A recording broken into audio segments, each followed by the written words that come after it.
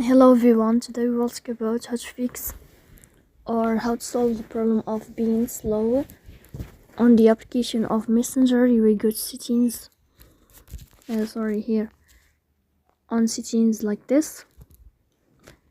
Then in this page you will go to this window of apps, default apps, app settings.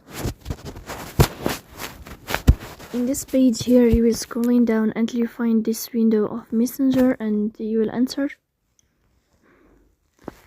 Then this page of app info, you will click on first stop and you will click OK.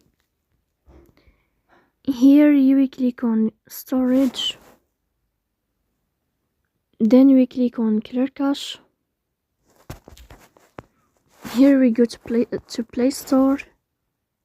You will search about Messenger and then you can update your app. So please don't forget to support us by like